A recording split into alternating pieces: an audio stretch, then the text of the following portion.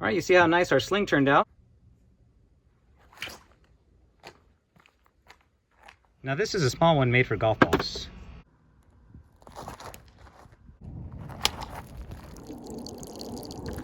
This may be a good frame of reference for you throughout this video. If I tie an overhand knot into my rope and I bring my ends together, I have a right ear and a left ear. And so the opening on the left ear and the opening on the right ear, we're going to use that with this knot. Okay, here's your other frame of reference. If I take a bite into my rope and then take my free end here, up here at the top, I can form a twist, throw it on top, and then with this free end, I'm going to run it through. And this essentially makes a bowline. And we're going to use this to tie our two loops together. So I would normally tie this in one continuous piece of paracord. This is a symmetrical knot, and so the explanation would be better if I had two different colors. And that's why I fused some orange to some black. On each side, I started with 1 fathom of paracord. Now, if you don't know what a fathom is, it's basically the distance between your outstretched hands. We're going to start by tying an overhand knot dead center of our sections of paracord here. There we go. Now this is a left-hand overhand knot because my black piece is going over the top and through this orange piece here. And that matters because our next two knots need to be identical. I'm going to make a letter Z, or letter Z if you're from Canada. And I'm going to tie those in center line with the first knot in the orange piece and the black piece. Now, like I said earlier, we need to make sure that these knots are identical. The way I just tied this knot is not going to be identical because you can see this one goes in front, this piece here goes in front and then through. On this side, the piece is going through the back. And so I'm just going to untie this and make sure that it actually is the same way as the first one. There we go. Now these two knots are identical. Same thing on top. Okay. Now we want these loops to be a certain size. This black loop is way bigger than this orange loop, so I'm just going to pull it through. There we go. Okay, the next thing we're going to do is create a third and fourth loop. So I'm going to take my orange piece and I'm going to pull it this way around the front towards me. And this is going to go on this side. This black piece is also going to create a loop. There's our fourth loop here. And it's going to go through on this side.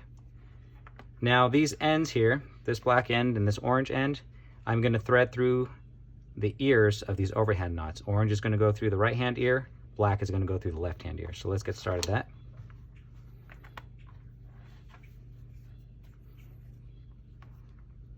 There you go.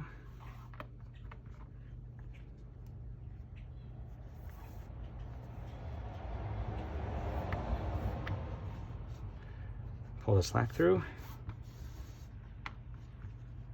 Okay. Now here's our black side. Going to go through the ears over here.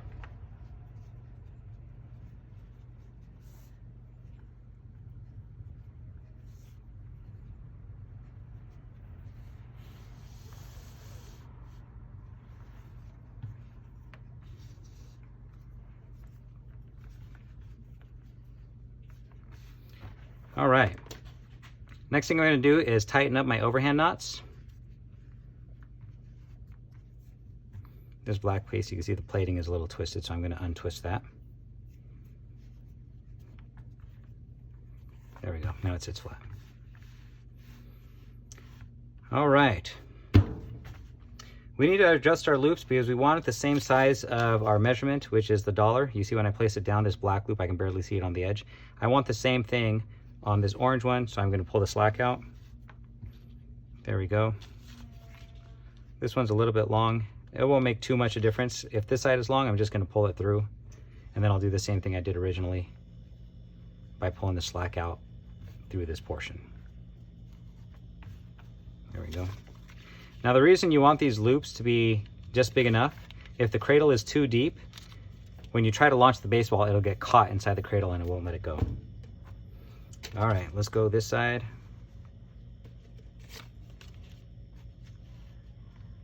There we go.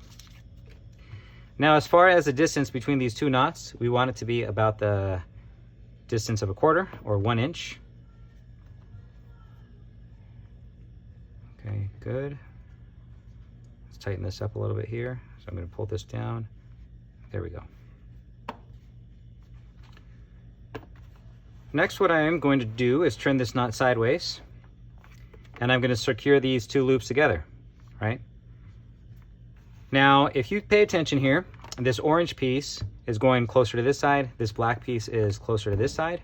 I'm going to flip them. There we go.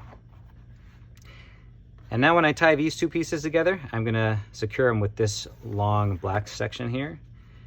Let's pull this together. I'm going to do orange on top. Bring this. I'm just going to do a twist and put it directly on top. Now with my free end, I'm going to thread it through the back and poke it through the front. I'm not going to completely tighten it up just yet. Same thing here. This time I'm going to put black in front. Bring my cord up, put in a twist.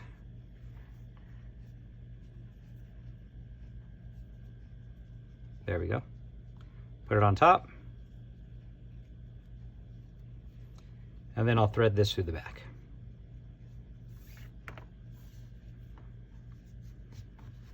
All right, now our sling is starting to take shape. This is where we set our sling. I'm going to take my baseball, place it directly in the middle, and I'm going to pull my two ends together. This is where everything cinches down. Okay? And that's set perfectly. Now you might have a... Babes, I'm making a video right now. Grandpa wants to talk to you. Oh. Grandpa, you know what you need to do? You need to watch Brent's video. Okay, so this came together pretty nicely when I pulled everything tight. It doesn't always happen like that, but if it doesn't, I'll show you what to do at the end of the video, how to line everything up. All right, let's finish up this sling here. So I'm going to take my black piece, and I'm going to make a loop that can go around my wrist. Here we go. And I'm going to tie a simple bow line into this upper portion of the loop here. There we go. Now I'm going to pull this tight, and I want this loop here to be on my wrist so that when I pull it tight over here, it sits at the very back crease. I'm going to pull this tight here. There we go. The ends over here are equal, and now I'm pinching on this orange line. I'm going to tie a stopper knot on this orange line right at this section that I identified here. To do that, I'm going to take my free end. I'm going to roll my thumb towards me so that I make a loop. And then I'm going to reach through this loop, and I'm going to pinch that piece that I marked with my grip. There we go. Now I'll just pull this tight. And now I've created a slip knot. Now you see I have the folded arms on this side. On the back of the knot is just that straight piece. I want to place this end, this free end, across the back of the knot, not the folded arms. So I'm going to go through this loop, across the back, and pull it tight. And what I've created is a trefoil knot. Okay, this is a very solid knot here. This piece I'm going to trim off and burn. And when I say burn, I don't actually mean burn, I mean just melt. All right, you see how nice our sling turned out? I'm just going to place my baseball in there, pull my ends together. My hand goes into this bow line, and then I pinch this stopper knot with my index finger and thumb. I'll swing it around, and when I release the stopper knot, the baseball will launch. Just remember, baseball is for recreational use only. All right, I got my baseball set in the sling. Let's get this launched.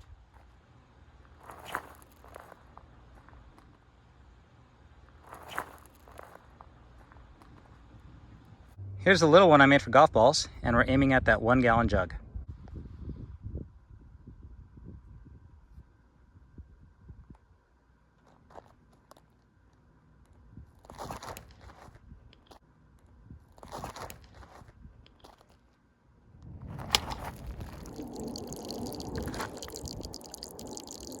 Okay, I'm going to tie this again. This time I'm going to do it in hand.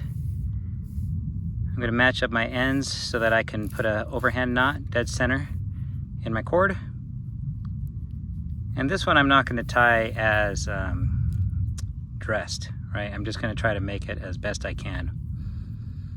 So here's my first loop. Let's do another overhand knot.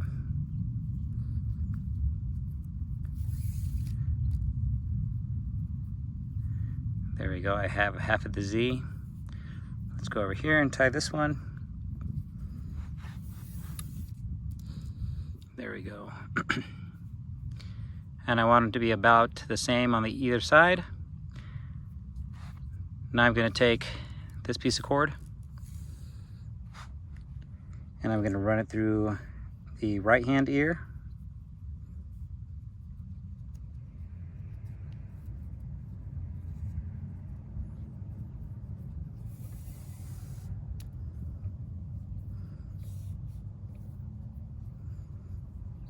There we go. I'm going to do the same thing for the other side. Run it through the left hand ear.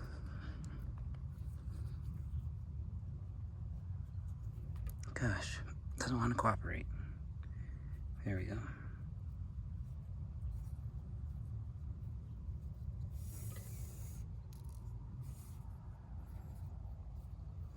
All right, let's tighten all these up. Get about an inch between them. This loop is way short. We got to make this one bigger. That's good. This loop is short too. Let's make that one bigger. Okay. I'm going to pull my two ends together, one on top of the other. Bring up my free end.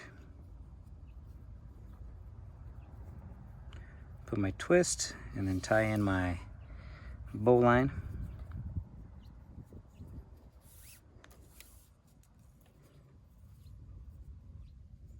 Same thing on this side.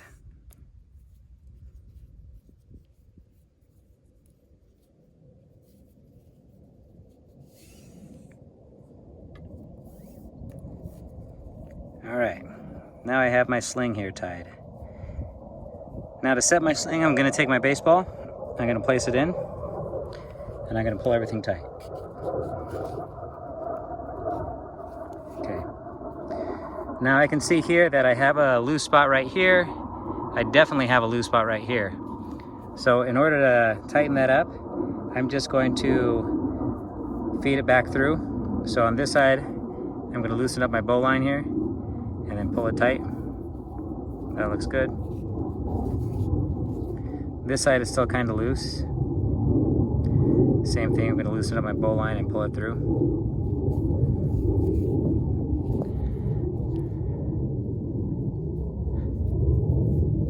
Oh, it looks like this one slid over, so let's move this back.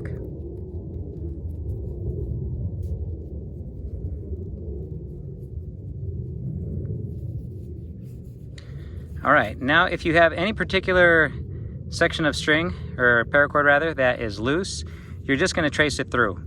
If you run up and you hit an overhand knot, then you want to chase it through the opposite side, because then you're going to end up pulling on the cord that slipped through all three knots. Okay, now that we have that,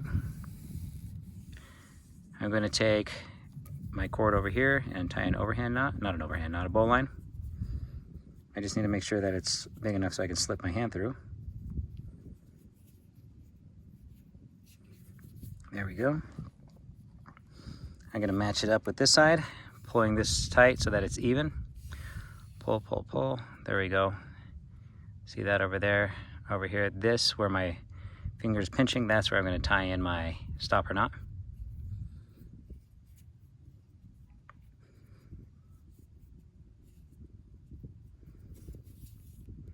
Pull it tight. There we go. That'll do. It didn't exactly fall the way I wanted it to, but that's okay. All right, I have this long end. If I leave this end long, it's going to whip me in the back when I throw the baseball. So I'm just going to do a barrel knot to shorten up that section here.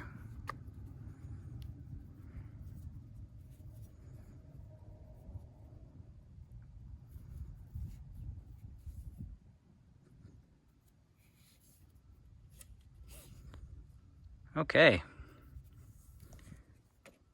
Let's get this thing launched.